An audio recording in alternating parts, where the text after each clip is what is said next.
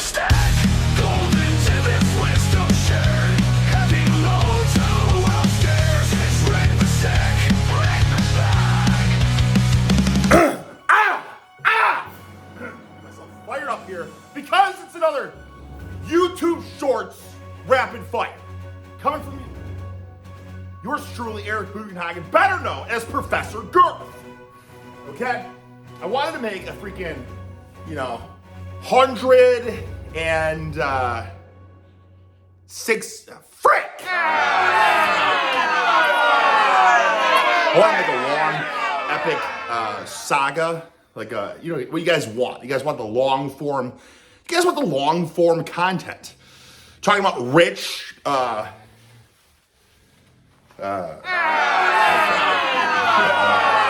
critiques per se, but all things pertaining to horse cockery, horse and hefting, heaving and hoisting. And guys, I looked at freaking YouTube for damn near over 2 hours, okay? And I just couldn't find anything worth a rat's patoot. So what you see in the back there, that's freaking Larry wheels. Why? Because we have freaking the shorts, my most impressive lift.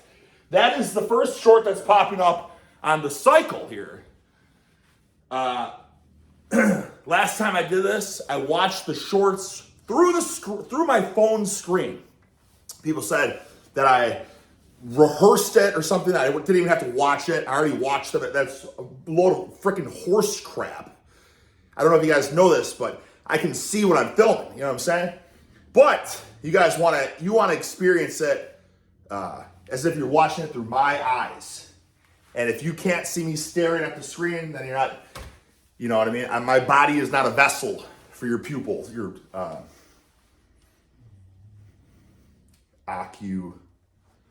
oculus? What's like an ocu in the eyes? You know what I'm talking about? Oculus. You guys get what I'm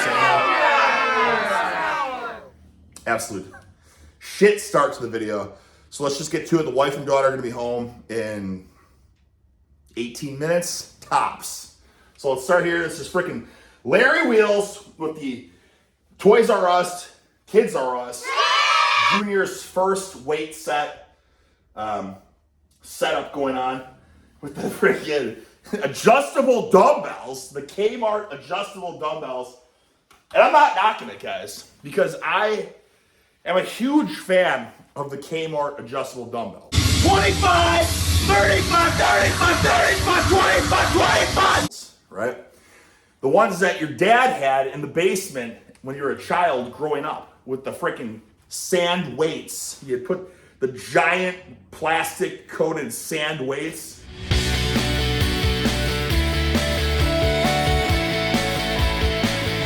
It'd be like just a thick, girthy block of sand.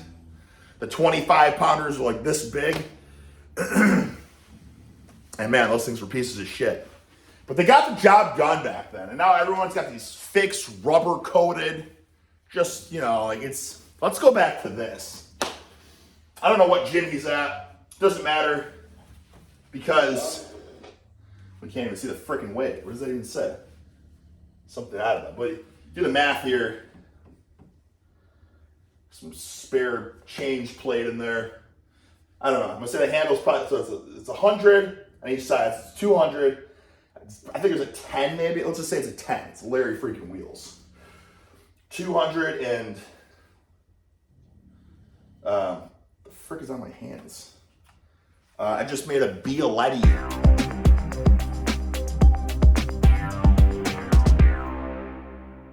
Triple espresso. And I don't know if you guys have ever used that before. That shit gets piping hot. It's a terrible design because the thing gets so hot that the handle starts to melt. And I feel like I have like melted plastic on my hands. But it's this freaking, you want a good cup of joe. The thing, it seems a bit pricey for what it is. It's this little metal vessel. It seems like a freaking like a freaking rip-off. Like a rip-off. But the thing will last you for a lifetime because it's steel. It's cold, hard steel. And it gets freaking hot as just freaking piping hot. So hot that the plastic handle will melt. But the steel is tough and durable and will outlast you. Do you get what I'm saying? Will outlast your existence. It's a freaking heirloom that you can leave behind to your offspring, your family lineage. Do you know what I'm saying? Freaking, great granddaddy Del Hagen's Bialetti roaster that he sucked down copious cups of Joe. He used to suck down Joe like no other, kids. With this right here, this vessel. Okay, good. So wait, what are we doing here? We got 220, 230, I'm gonna say. And you got a shit ton of bands. I mean, these bands gotta be a pound a piece. 232 pound each, 400. I wish I could see what these numbers were. Wait. Good. Now I like how nervous Larry seems. Now you're not really seeing him nervous. You know what I mean? He's a bit befuddled with this humongous load on his lap. He's not quite sure if he can handle the load. You know what I'm saying? He can hoist it, which I like to see because it gives him a very human element to this lift, right? As opposed to just a massive barbell on the ground that he just horse cocks, and it's like it almost looks like there's just no effort. You know what I'm saying? But here you can see some fear, and I'll be freaking frank with you. I would have a lot of fear with this too.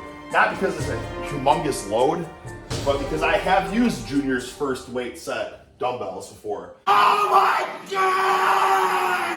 And this shit, I mean, he's got a lot of bands on here to secure it, but I've had the plates fall off before. Whether it's a spring collar or twist collar, these handles suck. You know what I mean? So this could fall apart. So that's what I would be most nervous about. Yep. I also like his four-eyed geek stature right now. And this is no shade to Larry. He's superhuman. I just say because I have hoisted huge loads with glasses on as well. There. Look at there. Oh, would you look at there. To my surprise, because I wear it and I feel like Peter Pencilneck. Do you get what I'm saying? I'm like, I can't believe I'm going to try to hoist this humongous load while looking like Peter Pencilneck. But there's something, it's almost like a Superman element.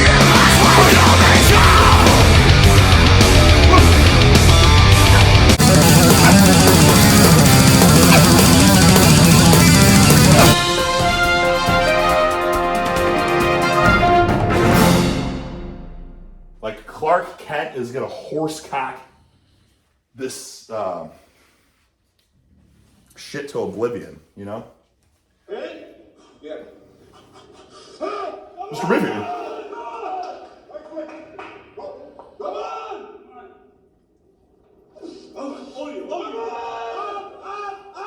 Come on! Oh, his butt came off the bench. I am hoping that there are some comments in his comment section. But Larry, your 30-degree incline bench press turned into a 0-degree incline bench press. He's probably got some of those. And I know it probably, well, I don't know. I don't know if he reads his comments, and he shouldn't care about those comments, but they do get to you sometimes.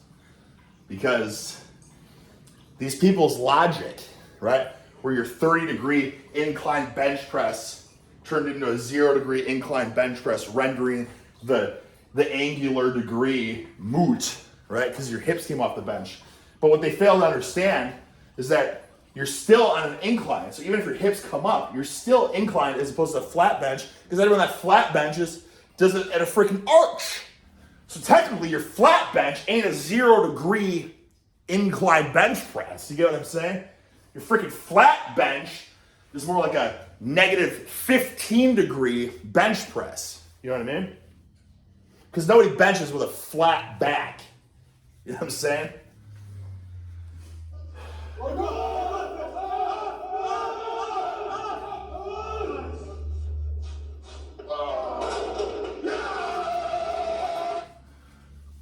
Nice. So he was a bit scared at first, you know, You know that this is just a scream of relief that those dumbbells did not fall apart while he was hoisting, hefting, heaving, horsing them.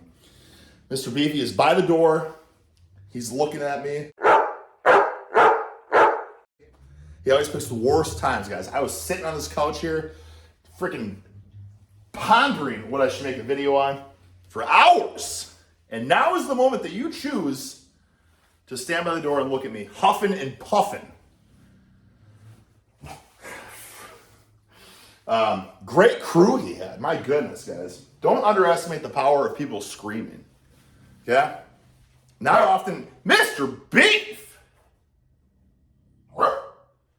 Not often have I experienced getting the pleasure of people screaming at me as I horse a huge load. But I've experienced it a couple times, and it's good, man. It helps, you know? It really does help. Holy buckets. Tyler Path. This guy is all over my freaking shorts algorithm now. And I can see why he's got 1.5 million subscribers, because he is all over this algorithm with the richest of tidbits. I saw, my God, Mr. Beefy. So here's the deal with Mr. Beef. He's old. He's in hospice. He doesn't give a damn. He doesn't give a rat's patoot. Because I know him and he knows me, I laid down a wee-wee pad there because I don't trust him anymore. He's a good boy. He barks when he wants to go out. He always tells me, thank you, Mr. Beefy. I appreciate that. He was barking. I'll take the fall for that one. I will take the blame. But after 2 barks from him now, this is the point he's reached in his life. He doesn't give a damn. He doesn't give a rat's patoot. He just tinkled right in front of me while he was staring right at me. But it was at least on a pee pad, so that was a mutual, that was a success on both our parts. When 5 pounds is too big of a jump on the cable station, guys, I'll tell you, 5 pounds on the cable station is not freaking 5 pounds. This sucker is hooked up. There's so many pulleys involved. Jesus Christ!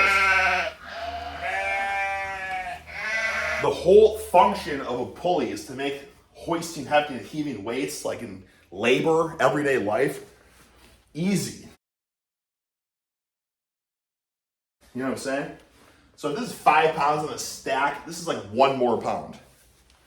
Is there anyone where 5 pounds is the point where you're going from reps to, it hurt him. He's like wincing in pain as he feels his elbow from just getting owned by 5 more pounds on the cables.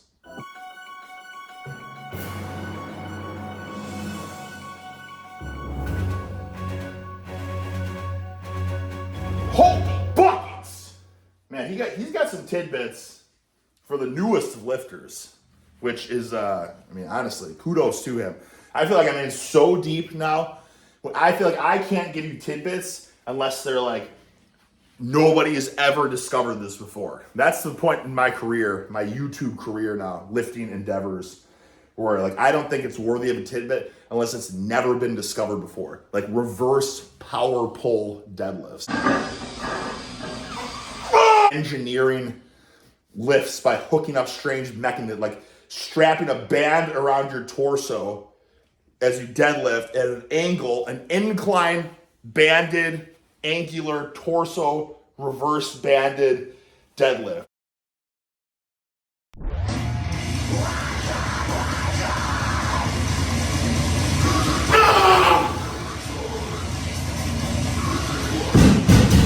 Oh my God! Do you know what I'm saying? Like that kind of stuff, where it's like, holy buckets, like, you know what I mean? But there is definitely a much bigger market for tidbits like this. Look at the difference between the two of them. Arnold on the left. More plates, more dates. Like, look how thick his fucking muscles are. He's thick! He was like the catalyst almost to a heightened standard of amount of muscle you need to be competitive. Look at the difference between the two of them. Arnold on the... Holy buckets, man. They'll just make shorts out of anything in today's day and age. That's the short. Just look at how thick Dorian is. That's it. Just look at how thick he is. And then Derek, you could argue that he is thick. And then that's the shorts. My goodness.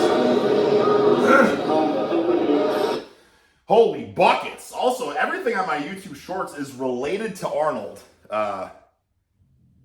It's the tidbit. God, the kid we just talked about. What's his name? Frick. Mike O'Hearn and Arnold. And here's Arnold's lineage. Joseph Bania. Which I feel like he was big in the spotlight of YouTube and social media like 10 years ago. Be like, holy buckets. This is a direct descendant of Arnold Schwarzenegger. And now like 10 years have gone by and it's like, all right, Joseph. Obviously, nice, great level of fitness, nice physique, but the picture, the spitting picture of young Arnold's just not there. And that's no shade, you know what I'm saying? But it's 10 years since gone by.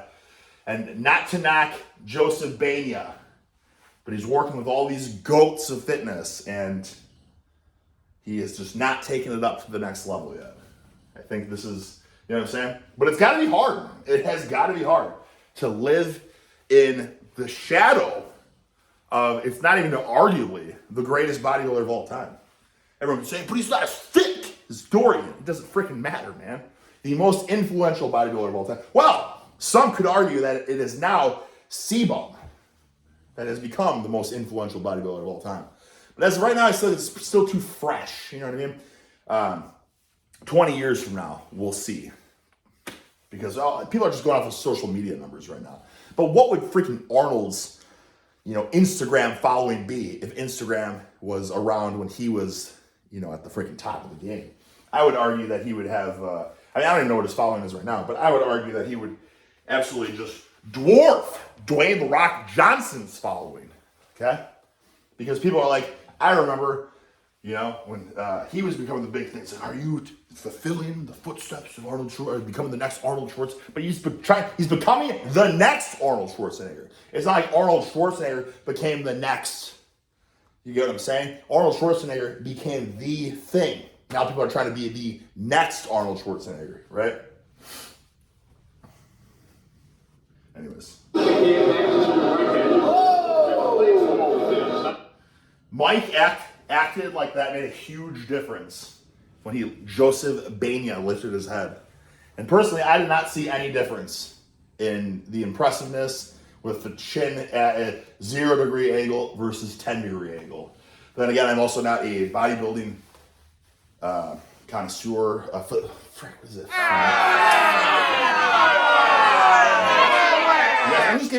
We're watching shorts together. I'm not knocking any of these people. These people are all tremendously more successful than Dick Delhagen. So I'm a nobody. You know what I mean?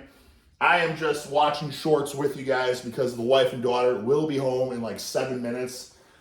And, we just gotta make some content. It's as simple as that. Also funny, this is very relatable to the last video with Derek and Joe Rogan. Like, look at the thickness. And then the short just ends. This is another one, like a freaking bicep shot. Holy buckets! And then it goes to the next short. In tough and divisive times. Hey. The difference from not Sam Sulek, another potential one, could be perhaps one of the most influential, right? But he's not a bodybuilder. I mean, he is, but he's not. You know what I'm saying? I know he wants to be to compete for his own satisfaction. But the funny thing about Sam is he has transcended bodybuilding. Sam doesn't need bodybuilding. Bodybuilding needs Sam, and he needs to realize that. So I hope Sam also looks at that as he can do anything he wants. He doesn't need to jeopardize his health and his brand per se to satisfy others in a very niche industry. That's my point. working out at all and then working out reasonably consistently and just coming to the gym doing some fluff sets, that's a big difference. That is a massive difference. But the difference between working out with a mediocre approach versus working out like a fucking beast, honestly, I think it's the same fucking difference, if not more. The difference from not working out at all and then working out reasonably consistently and just coming to the gym doing some fluff sets, that's a big difference. That is a massive difference. But the difference between working out with a mediocre approach versus working out like a fucking beast, honestly, I think it's the same fucking difference, if not more. Yeah, that's actually. But then here it says why a bad workout beats skipping it. So he's saying the consistency. I don't know. But anyways, let's not even go off of the title. What he said. Not going to the gym at all versus going to the gym and doing Johnny Pencil-neck shittery will be a huge difference. Not being a lethargic Nancy, right? Versus going to do a Peter Pencil-neck workout. Like, yeah, Peter Pencil-neck workout. It's going to make you some freaking gains, right? Some newbie gains. You know, I know that's how I started. You know, some curls. Some freaking leg extensions, lat pull downs, just lat pull downs up the wazoo. Pull ups, obviously, but not doing any of the big bad boy sets, right? Not squatting, not deadlifting, you know, of course benching, but not doing overhead horse cocking, huge overhead presses. Not doing any of that.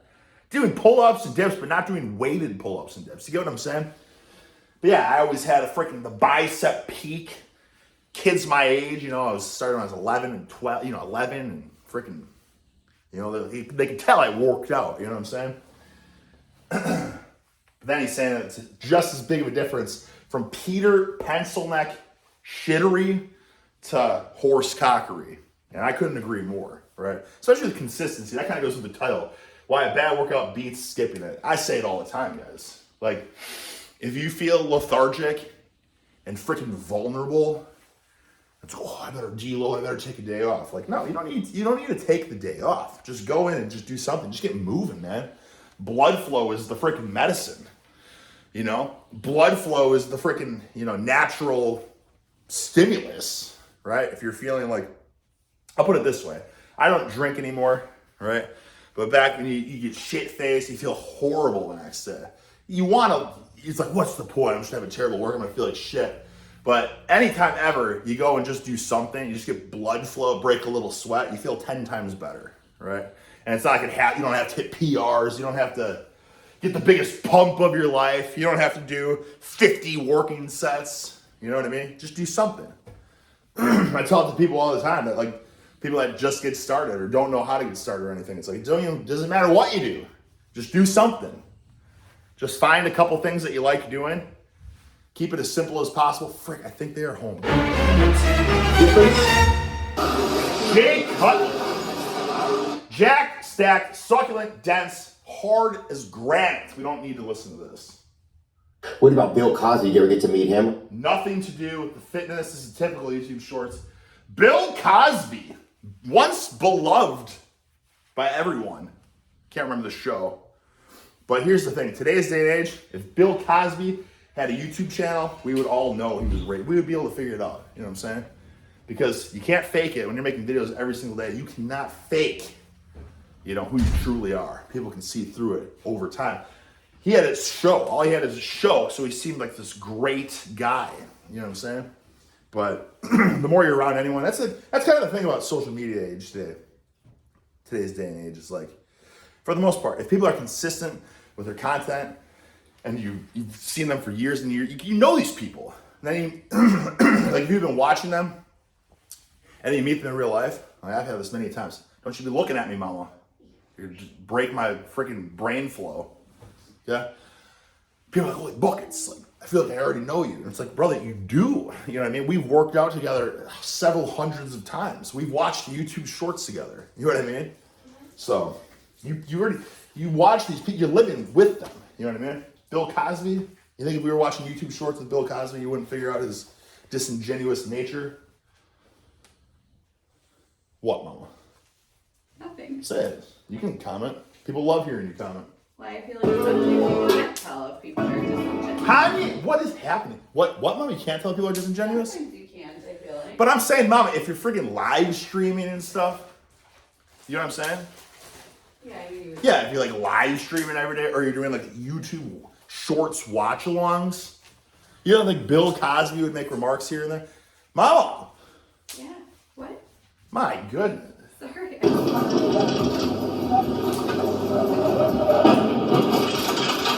Holy fuck! Yep. That's why I moved. That's driving 101 for you. Always, you gotta pay attention to what's in front of you, but equally, you gotta pay attention to what's behind you. I tell Mama that all the time. I say, I don't trust anyone on the streets, right? Because if when next time you're driving, you freaking look out your window, and 50% of the people you look at are looking at their phone, right? So when you're, especially in butts to nuts traffic, always give plenty of freaking leeway to the car in front, and make sure so that you don't have to slam those brakes too quickly, but keep freaking fisheye that car in the back because they might not be painted. What, Mama? Freaking fisheye? Oh, can I just can I start the microwave? Yeah, obviously. Okay. It's a microwave, Mama. Well, I don't want to. How loud is the microwave? Kind of loud. Oh boy. Holy bananas! Oh.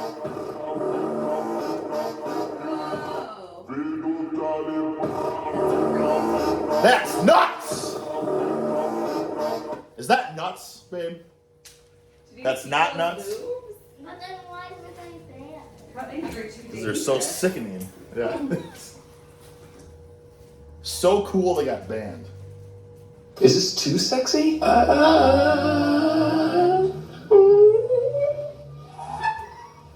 He's got a fanny sack around his frick, Mama.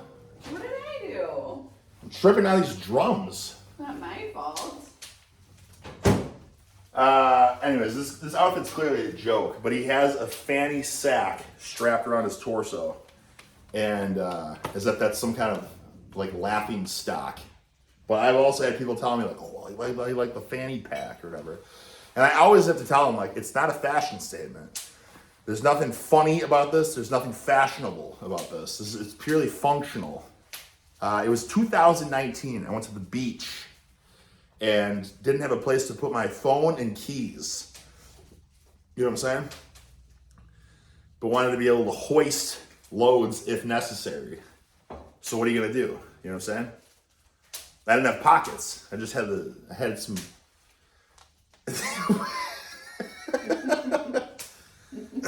You're really enthralled with what I'm saying, huh, Monkey? She's really intensely listening to me. I didn't have pockets. So I stopped by a beach shop and bought a fanny sack. And from that day, it was crazy how functional it was. 6 years have gone by. Mr. Beef stared at me. He barked twice like a good boy. And then he stared at me and he tinkled on that pad. He could tell that I was busy. All right, Monkey. Should I finish up here, Shmoogle? Probably. Or should we keep it rolling? Or take a break, maybe. What's your favorite love handle exercise to hit those handles? I don't know why they use really heavy weights on those. You guys seen that? Where they use the dumbbells and they go suck? That's my goodness, Monkey. What is that stuff called? Popping? Happy. Wrap? Bubble wrap? Just popping bubble wrap during my video. Anyways, Mike, you're referring to me, man. I remember back in 2014, I want to say it was October 2014. I had the Larry Wheels Kids R Us adjustable dumbbell that we saw earlier. And I loaded that sucker with even more weight. I think I want to say I put it up with like 300 pounds. And I thought that this was going to, because I was like, oh, really strong obliques to keep that core stiff and rigid to help my deadlifts. So I loaded that up so heavy. I think I even like held on to something too, like just really force. And it was like one of the only exercises that tweaked my back. I couldn't even walk after I did it. It was a really stupid idea. But you know what? You never know until you try. That's the beauty of living and learning. That was the only time I tried to horsecock a huge side bend. Yeah. I decide, just, yeah, I would stay away from all that kind of stuff. Yeah. What's your favorite? Good advice. Yeah, stay away from it. That was the only time I messed around with it too. Tweaked my back. Some can argue I went way too heavy, and I would argue if you can't go heavy, then what's the point anyways?